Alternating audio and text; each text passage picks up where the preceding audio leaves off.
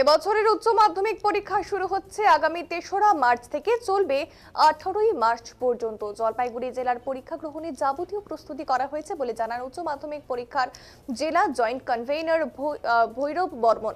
আর আজ এই তথ্য তিনি বলেন, মাধ্যমিক পরীক্ষার মতোই বনবসতি ও চা বাগান এলাকায় পরীক্ষার্থীদের জন্য বিশেষ ব্যবস্থা করা হয়েছে জেলা প্রশাসনের পক্ষ থেকে।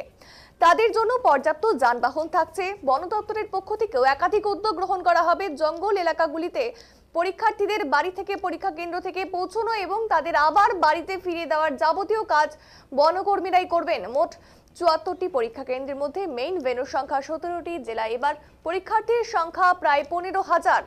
মাধ্যমিকের মতো এবারও ছাত্রীদের সংখ্যা বেশি রয়েছে। পরীক্ষা কেন্দ্রগুলিতে সিসিটিভি নজরদারির ব্যবস্থা যেমন থাকবে, তেমনই থাকবে মেটাল ডিটেক্টরের মাধ্যমেও চেকিং বলে এমনটাই তিনি জানিয়েছেন।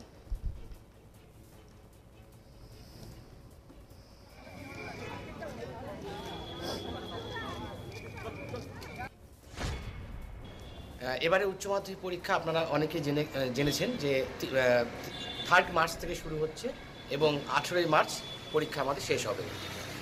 সারা রাজ্যব্যাপী এই পরীক্ষার জন্য যা যা প্রস্তুতি প্রয়োজন, আমাদের জলপাইগুড়ি জেলাতেও সব দিক থেকে আমরা প্রস্তুতি সেরে ফেলেছি এবং যে সমস্ত ছাত্রছাত্রীদের মাধ্যমিকে যে ব্যবস্থা করা হয়েছিল বনবস্তি এবং চা বাগান এবং যে সমস্ত ছাত্রছাত্রী তাদের জন্য সরকারের পক্ষ থেকে, জেলা প্রশাসনের পক্ষ থেকে তাদের বাসের ব্যবস্থা থাকছে মাধ্যমিকের মতোই।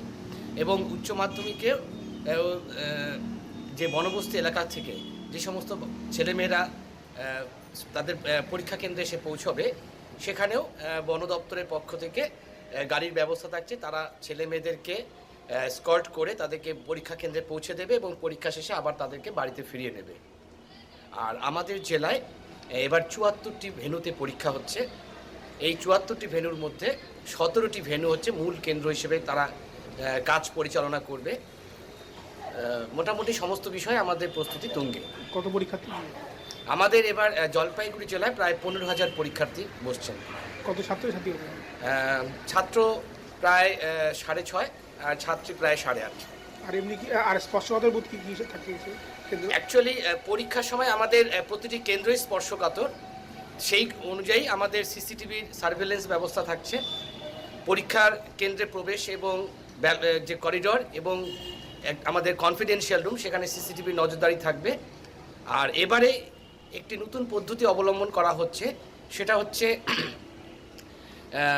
প্রতিটি পরীক্ষা কেন্দ্রে, মানে আমাদের জলপাইগুড়ি জেলার ৭৪টি পরীক্ষা কেন্দ্রেই মেটাল ডিটেক্টরের মাধ্যমে ছেলে মেয়েদেরকে ফ্রিস্কিং করা হবে।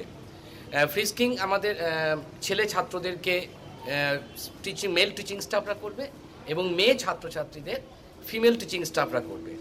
পুলিশের থাকবে, সিভিকরা গেটের বাইরে থাকবেন এবং পুলিশ টহলদারি থাকবে, মূল কেন্দ্রে পুলিশ পিকেটিং থাকবে।